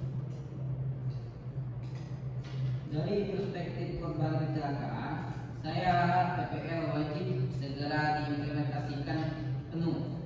Jangan cuma di atas kertas, harus ada mekanisme penegakan. Misalnya cek status TPL saat perpanjang STNK atau saat uji KIF. Dari perspektif korban unit, saya harap aturan SEOJK tentang PAYDI benar-benar ditegakkan. Wajib rekaman, wajib 3 skenario, wajib free look period. Kalau dulu aturan ini nggak ada, mungkin saya nggak kehilangan 150 juta. Dan saya harap ada program edukasi khusus untuk pekerja migran yang baru pulang. Kami pulang bawa uang banyak, tapi pengetahuan keuangan kami minim. Sasaran banget buat mis-selling. Rekomendasi dong strategi buat Gen Z fresh graduate kayak saya. Ada 4 langkah rekomendasi strateginya. Yang pertama ada BMKM kesehatan aktif. Kalau karyawan otomatis, kalau belum kerja daftar mandiri kelas 3 cuma 35.000 sebulan. Nah, yang kedua ada memaksimalkan asuransi karyawan, membaca polisnya, pahami coverage-nya, jangan cuma tahu ada tapi nggak paham isinya. Nah, yang ketiga beli term wide murni kalau sudah punya tanggungan kayak seperti orang tua, pasangan, anak. Nah, yang keempat atau yang terakhir TPL kendaraan kalau punya motor atau mobil. Berarti kalau belum punya tabungan, berarti term life-nya belum ada dong? Belum ada, tapi kalau budget ada tetap bagus beli muda karena premi paling murah. Dan kalau tiba-tiba nikah atau punya anak, proteksi sudah siap tanpa harus apply ulang. Dari perspektif mahasiswi yang belum Kesehatan Mandiri kelas 3 sebesar 35.000 sebulan. Itu proteksi dasar yang sudah cover rawat inap, operasi, makan, kemoterapi. Untuk mahasiswa itu udah sangat memadai. Kalau sudah kerja nanti baru tingkatkan secara bertahap. Dan jangan lupa dana darurat sebelum asuransi tambahan. Banyak orang beli asuransi mahal tapi nggak punya tabungan untuk keadaan darurat. Idealnya 3-6 bulan pengeluaran di rekening yang mudah diakses. Ini fondasi paling dasar sebelum lapisan proteksi asuransi. Buat freelance, strateginya mirip tapi eksekusinya beda. BMX Mandiri, BMX DK, BBU, dan kalau mampu asuransi kesehatan swasta plan dengan dana darurat dulu minimal 3-6 bulan pengeluaran. Asuransi bukan pengganti dana darurat. Saya berharap pendidikan asuransi masuk kurikulum sekolah atau minimal orientasi kerja. Selama literasi rendah, kasus penipuan dan mis-selling terus terjadi dari profesi kesehatan, finansial stres, surreal, menyebabkan hipertensi, isomia, dan depresi. Dan dari sisi BMX, saya berharap implementasi KRIS benar-benar meningkatkan kualitas layanan. Banyak RS yang masih dalam transisi infrastruktur. Kalau KRIS berhasil, ini lompatan besar buat jaminan kesehatan universal di Indonesia. UMKM, saya harap ada produk asuransi banding, kendaraan operasional, properti usaha, kesehatan karyawan, satu paket satu job. Lebih simpel, lebih terjangkau, pengusaha kecil yang punya waktu untuk riset 10 produk terpisah. Dan satu lagi, harusnya ada inisiatif pajak buat UMKM yang mengasuransikan karyawannya, biar ada motivasi selain moral obligation. Saya harap TPL wajib segera implementasi penuh, bukan cuma di atas kertas. Mekanisme penegakan harus jelas. Cek status TPL saat perpanjang STNK atau uji KIR. Jangan sampai ada korban kayak bapak yang mobilnya saya tabrak, dia juga gak ada proteksi. Dari perspektif ekonomi, saya harap platform digital, marketplace, media hailing, dan e-wallet makin banyak yang integrasi mikro insuransi. Kalau Gojek atau Grab bisa nawarin asuransi kecelakaan harian buat driver mereka. Kenapa platform freelance nggak bisa juga? Ini potensi besar yang belum digarap maksimal. Dan harusnya ada komunitas online buat diskusi asuransi yang netral, bukan dikelola perusahaan asuransi. Tempat orang bisa share pengalaman klaim, review produk, dan tanya jawab tanpa takut di prospek agen. Di era digital, informasi itu power. Kalau konsumen Indonesia punya akses ke review jujur kayak TripAdvisor, tapi buat asuransi mis-selling bakal dikurang drastis. Konsumen yang terinformasi itu konsumen yang nggak gampang dijebak. Jadi dari perspektif fresh graduate, saya harap onboarding karyawan baru ikut sesi educative benefit. BPX asuransi kantor, hak karyawan. Banyak teman saya yang nggak tahu mereka punya asuransi kesehatan dari kantor sampai berbulan-bulan setelah mulai kerja. Nah, dari perspektif karyawan lama, saya harap perusahaan wajib review benefit asuransi karyawan yang takut dengan transparansi penuh. Berapa premi yang dibayar perusahaan, apa saja progresnya, dan gimana cara pelayanan. Banyak karyawan yang nggak pernah diajak bicara soal ini. Sebagai pengguna BPS, saya harap transisi KRIS berjalan lancar. Kualitas layanan naik tanpa iuran melonjak, dan kalau bisa proses rujukan dipermudah. Ini keluhan utama dari pengguna BPS di seluruh Indonesia. Satu lagi nih, saya harap asuransi swasta yang jadi komplementer BPS makin banyak dan terjangkau. Banyak karyawan yang cuma punya BPS tanpa asuransi kantor. Gap di situ masih besar.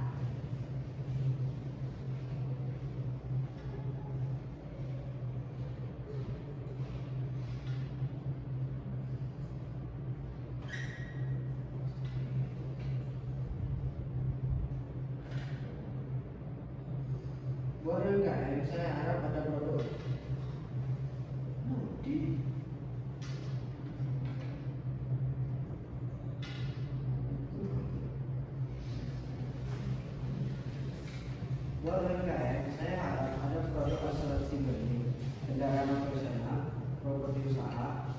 dan kerabat, satu paket satu brand, lebih simpel, lebih terjangkau. Saya jadi lebih optimis setelah diskusi ini. Regulasi makin kuat, LPS akan menjamin polis, teknologi bikin akses lebih mudah. PR besarnya tetap di literasi.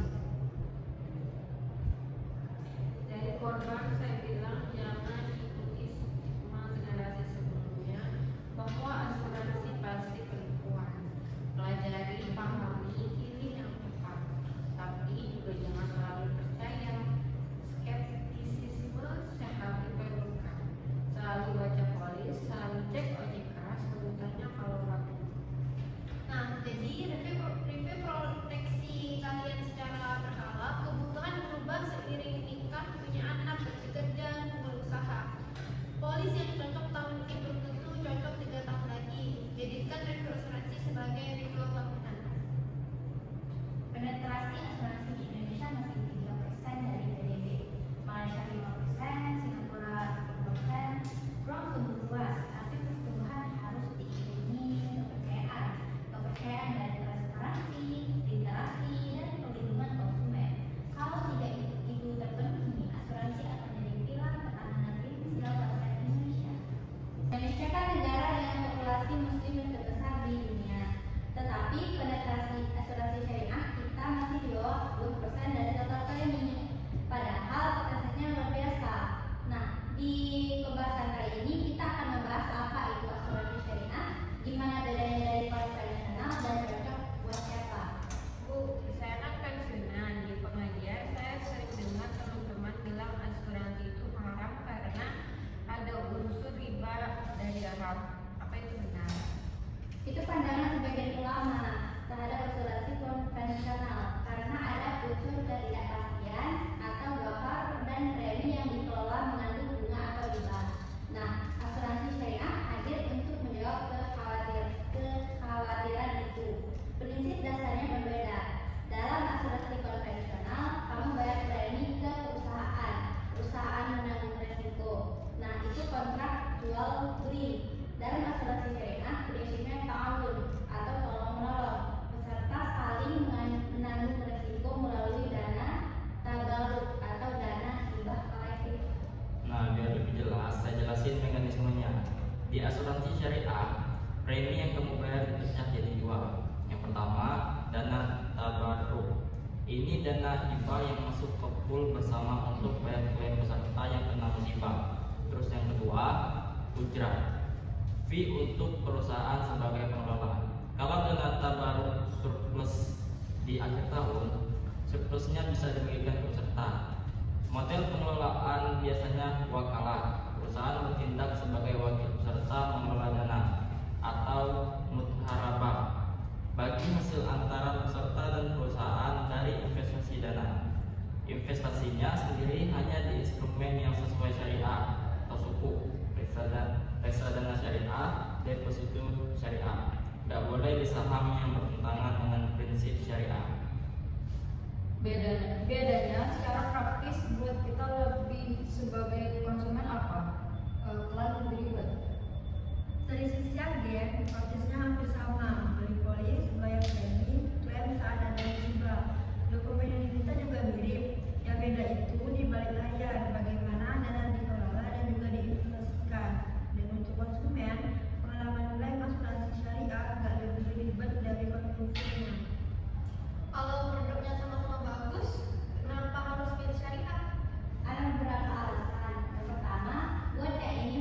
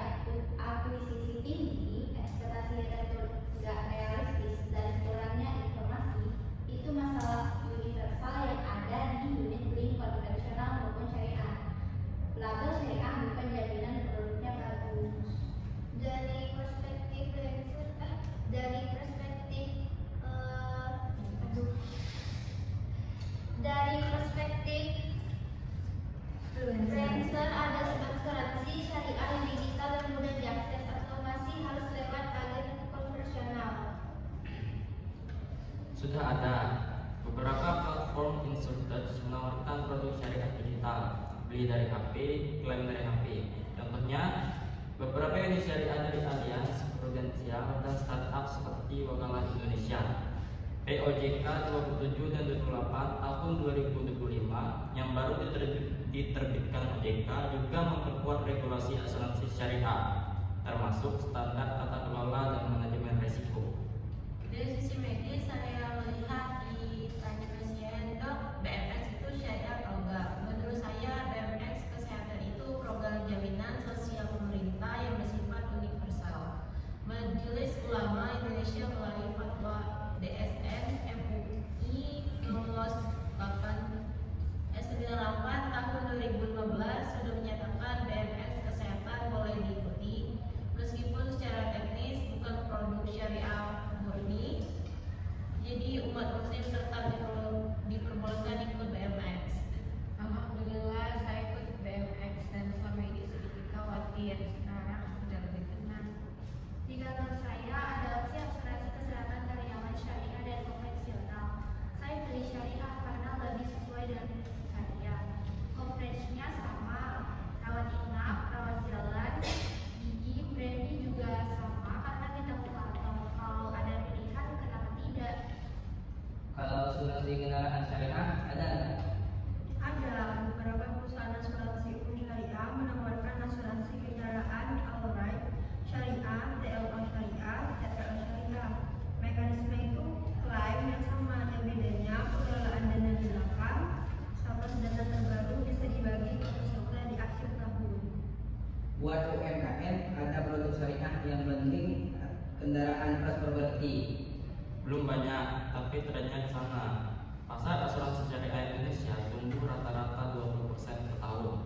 OJK target market share 30% dalam satu dekade. Dengan POJK 27/25 yang mewajibkan unit syariah menjadi perusahaan syariah mandiri, produk-produk baru termasuk bundling UMKM akan bermunculan. Nih aku kasih tips buat yang mau pindah ke konvensional ke syariah. Jangan asal pindah. Evaluasi dulu polis konvensional yang ada.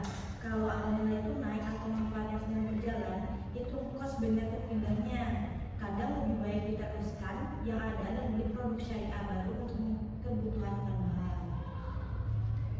Saya sebagai Gen Z belum terlalu paham syariah, tapi tertarik. Langkah pertamanya apa ya? Yang pertama mulai dari literasi. Baca panduan asuransi syariah di website OJK. Pahami perbedaan prinsip ta'aluk, tabaruk, wakalah, mudaharabah. Setelah paham prinsipnya, lalu bandingkan produk sama seperti evaluasi asuransi konvensional. Jangan beli karena label, beli karena value. Satu hal yang saya pelajari dari pembahasan kita ini yaitu syariah atau konvensional, prinsip dasar tetap sama, pahami produk, baca polis, cek legalitas, dan bandingin sebelum beli. Dan buat teman-teman yang pengajian saya, asuransi itu gak haram kalau syariah, tapi tetap harus teliti. Label halal gak otomatis berarti produknya bagus. Sobat, di pembahasan sebelumnya kita sudah bahas produk, regulasi, dan cara baca polis. Tapi pertanyaannya paling sering yang saya terima dari konsumen, gimana sih prosesnya kalau menerap klaim? Di pembahasan ini kita walkthrough 4 studi kasus nyata dari karakter kita. Studi kasus pertama, klaim asuransi kendaraan. Mas Aditya, ceritakan prosesnya dari awal. Oke, motor lalu saya tahun lalu di asuransi TLO plus TPL, bukan lalu motor saya disenggol truk parkir di jalan. Kerusakan lumayan, spion patah, bodi lecet panjang. Langkah pertama saya foto lokasi dan kerusakan dari 4 sudut. Foto plat nomor truk kalau bisa, foto posisi kendaraan sebelum dipindahkan. Langkah kedua, telepon hotline asuransi, nomor yang sudah saya simpan di kontak HP. Lapor dalam 3 kali 24 jam. Mereka kasih nomor klaim. Langkah ketiga, isi formulir klaim online, kronologi kejadian, data kendaraan, foto-foto tadi, dan langkah keempat, bawa motor ke bengkel berkenan. Surveyor asuransi datang, cek kerusakan. Dan langkah kelima, setuju estimasi perbaikan, bayar on list 300.000 di bengkel. Motor diperbaiki 4 hari selesai. Total biaya perbaikannya berapa? Estimasi bengkel 2.300.000. Saya cuma bayar on list 300.000, sisanya 2 juta ditanggung asuransi. Proses dari lapor sampai motor selesai 7 hari kerja, lancar karena dokumentasi lengkap dan lapor tepat waktu. Kalau telat lapor gimana? Tergantung polisnya juga. Kebanyakan kasih toleransi 3 sampai 5 hari kerja, tapi lebih dari itu klaim bisa ditolak atau dipersulit. Makanya rule nomor 1, segera lapor segera, dokumentasi, dan juga jangan tunda. Nah, studi kasus kedua, klaim BMX rawat inap. Mbak Aprilia, ceritakan pengalaman anak kamu. Nah, anak saya kena demam berdarah tahun 2022. Kronologinya hari pertama demam. Saya bawa ke puskesmas, vaskes dikatakan sama saya. Dokter puskesmas periksa, kasih obat. Hari ketiga demam makin tinggi, oksigennya turun. Dokter puskesmas kasih surat rujukan ke rumah sakit tipe B. Nah, di RS langsung masuk IGD. Trombositnya dicek ulang. Anak saya dirawat 4 hari. Semua biaya kamar termasuk obat infus lab ditanggung oleh DNS karena saya ikuti prosedur rujukan berjenjang. Total biaya 0 rupiah dari data saya. Kunjungan syaratnya Mbak April mulai dari vaskes tingkat pertama dan dapat surat rujukan sebelum ke RS. Kalau langsung ke RS tanpa rujukan BMX bisa menolak kecuali gawat darurat. Dok, kalau darurat beneran misalnya serangan jantung, nggak sempat ke puskesmas dulu kan? Betul, untuk gawat darurat langsung ke IGD, RS manapun, BMX tetap menanggung. Setelah kondisi stabil, baru dilakukan administrasi BMX. RS tidak boleh menolak pasien gawat darurat dengan alasan apapun, termasuk status BMX itu hak pasien. Nah, satu tip penting nih, bawa fotokopi kartu BMX dan KTP selalu. Simpan juga screenshot foto digital di profil JKN. Kalau kartu fisik ketinggalan, screenshot digital bisa dipakai untuk administrasi awal. Nah, studi kasus ketiga, yaitu klaim asuransi jiwa. Tante Candela, ceritakan pengalaman klaim asuransi suami. Suami saya meninggal tahun 2020. Beliau punya polis asuransi jiwa terluas up 200 juta. Langkah pertama saya hubungi agen yang dulu jual polis ke suami saya. Untung saya masih simpan kartu namanya. Agen bantu saya isi formulir klaim, dokumen yang diminta itu ada akta kelahiran dari kelurahan, kemudian ada surat keterangan meninggal dari rumah sakit, kemudian ada fotokopi KTP almarhum dan ahli waris, polis asli dan buku tabungan ahli waris. Saya kumpulkan semua dalam waktu 1 minggu. Formulir dan dokumen dikirim ke kantor pusat perusahaan asuransi. 2 minggu kemudian uang pertanggungan 200 juta masuk ke rekening saya. Prosesnya lancar. Saya bersyukur suami saya teliti. Polisnya disimpan rapi di lemari dan saya tahu keberadaannya. Tante, kalau polis hilang gimana? Masih bisa diklaim? Masih bisa hubungi perusahaan asuransinya langsung. Minta diberikan polis. Mereka punya catatan semua polis aktif di sistem. Prosesnya agak lebih lama. Biasanya dapat 1 sampai 2 minggu untuk verifikasi identitas. Namanya simpan polis di tempat aman dan kasih tahu warga lokasinya. Saya mau kontraskan dengan pengalaman saya yang dulu. Waktu saya mau klaim, sebenarnya mau cek running, prosesnya tuh berlibat banget. Saya diminta ke bank lempar ke perusahaan asuransi minta dokumen macam-macam, 4 bulan bolak-balik dan hasilnya nilai-nilai jauh di bawah yang saya harapkan. Perbedaannya jelas, klaim asuransi murni kayak Tante Candela, prosesnya straightforward. Klaim unit link itu sebenarnya surrender atau pencairan nilai tunai. prosesnya beda dan hasilnya sering mengecewakan. Studi kasus keempat, klaim asuransi kesehatan swasta cashless. Mbak Yuliana. Tahun 2023, saya operasi makanan kemungkinan. Asuransi swasta saya punya fitur cashless. Artinya saya nggak perlu bayar dulu dan tembus, tapi langsung dikasih kartu asuransi di rumah sakit. Prosesnya, pertama, saya pilih rumah sakit yang ada di jaringan asuransi saya. Kedua, saya hubungin hotline asuransi, minta jaminan rawat inap, biasanya diproses 2-4 jam. Ketiga, saya datang ke rumah sakit, tunjukkan kartu asuransi dan surat jaminan. Keempat, rawat inap dan operasi dilakukan. Kelima, pas check out, rumah sakit langsung tagih ke asuransi. Saya cuma bayar selisih upgrade kamar 2 juta yang melebihi inner limit polis saya. Kalau nggak cashless model reimbursement gimana prosesnya? Bayar dulu dari kantong sendiri, kumpulkan semua kwitansi dari surat dokter, lalu ajukan klaim reimbursement. Prosesnya lebih lama, biasanya 14-30 hari kerja untuk dicairkan, dan harus sedia dana dulu. Makanya saya selalu sarankan pilih asuransi yang cashless kalau mampu preminya. Mbak, ada tips biar nggak ditolak? Ada sih, ada 4 tips. Yang pertama, pastikan premi selalu dibayar tepat waktu. Polis deposit otomatis klaim ditolak. Kedua, pastikan prosedur yang kamu jalani nggak masuk pengecualian polis. Ketiga, dokumentasi lengkap, foto, kwitansi, dan surat dokter. Surat dokter dan juga kronologi. Dan keempat, lapor dalam batas waktu yang ditentukan polis. Dari sisi dokter, saya tambahin minta surat keterangan medis yang detail dari dokter yang merawat, diagnosa, tindakan yang dilakukan, obat yang diberikan, semakin akan membantu pasien dengan dokumentasi medis yang lengkap. Dari 4 studi kasus ini, saya lihat pesannya sama, dokumentasi lengkap, lapor cepat, pahami prosedur, itu 3 kunci universal buat klaim apapun. Dan satu lagi, simpan kontak hotline asuransi di HP. Waktu panik, kamu gak akan sempat googling nomor telepon. Nah, klaimnya lancar dimulai dari persiapan sebelum musibah terjadi. Baca polis, pahami prosedur klaim, simpan dokumen rapi, dan kasih tahu keluarga. Jangan tunggu musibah baru belajar klaim.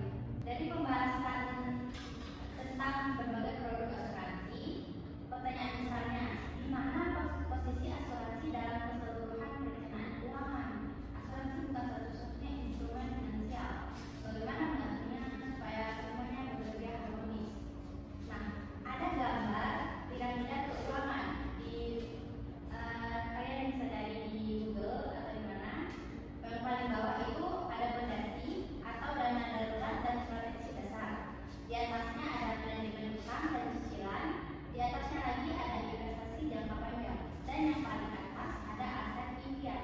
Asuransi ada di lapisan paling bawah atau fondasi. Tanpa fondasi yang kuat, lapisan di atasnya akan goyah. Bu, berapa dana darurat yang ideal? Karyawan tetap 3-16 bulan pengeluaran. Freelancer atau berusaha 6-12 bulan karena income tidak pasti. Simpan dan rekening yang mudah diakses, tabungan biasa atau deposito jangka panjang. Jangka pendek, jangan di reksadana atau saham karena nilainya fluktuatif. Saya freelancer, pengeluaran bulan sekitar 4 juta, berarti dana darurat yang ideal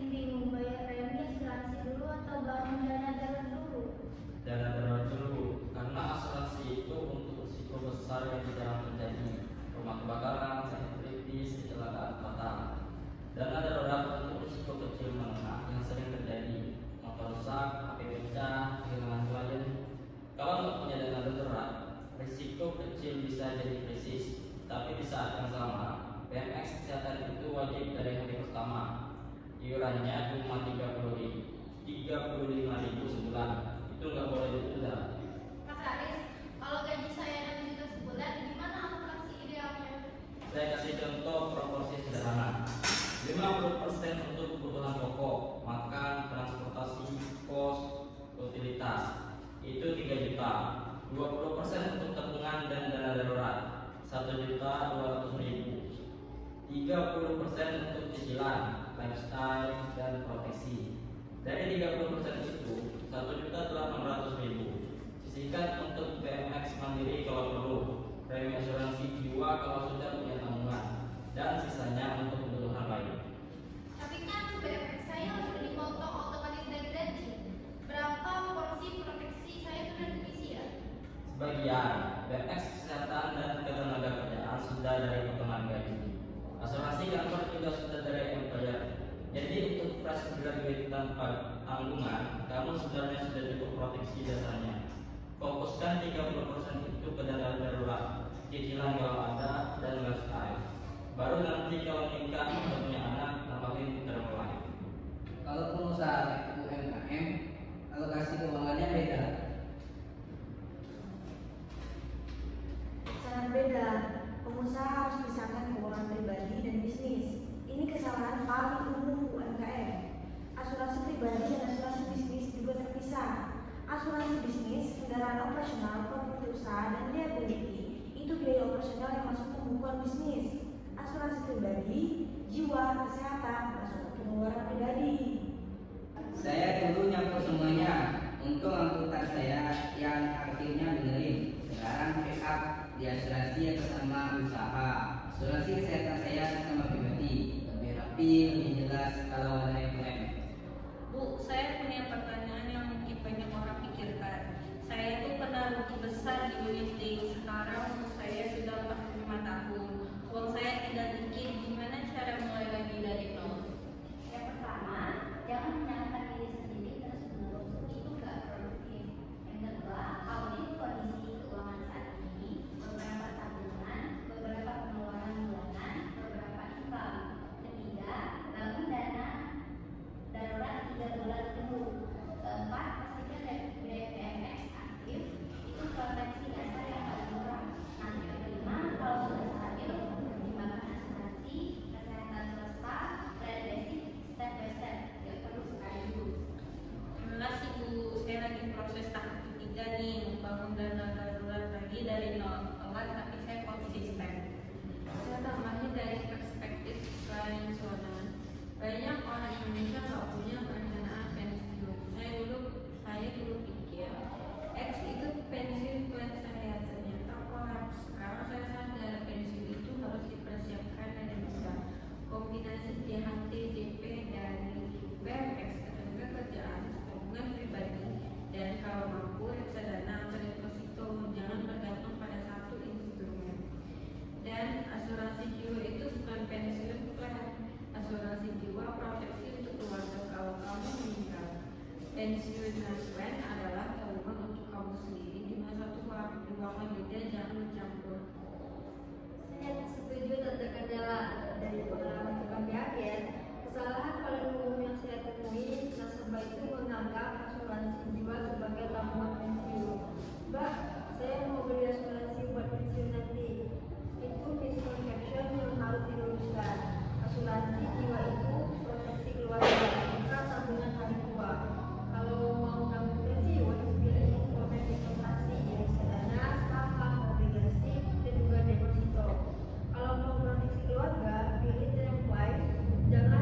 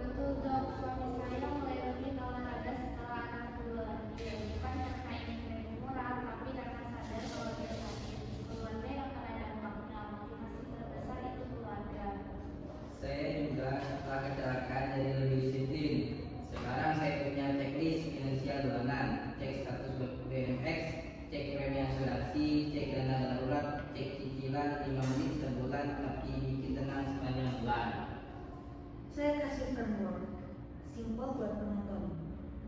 Tiga pertanyaan yang harus dijawab setiap tahun. 1. Apakah dana darurat saya cukup untuk 3 sampai 6 bulan pengeluaran? 2. Apakah semua proteksi dasar saya aktif? BMX, asuransi jiwa, asuransi kendaraan. Ketiga, apakah ada perubahan hidup yang memerlukan penyesuaian? Nikah, punya anak, ganti kerja, mulai usaha. Kalau 3 pertanyaan itu dijawab setiap tahun, kamu sudah jauh lebih siap dari mayoritas orang Indonesia. Dari perspektif mahasiswi, financial planning terasa jauh, tapi ternyata mulainya bisa dari hal kecil. BMX mandiri 35.000 sebulan, sisihkan 10% income part time buat dana darurat, dan pahami apa yang kamu tanda tangani, itu sudah langkah besar. Dan satu lagi, bicara soal uang dengan teman dan keluarga itu gak tabu.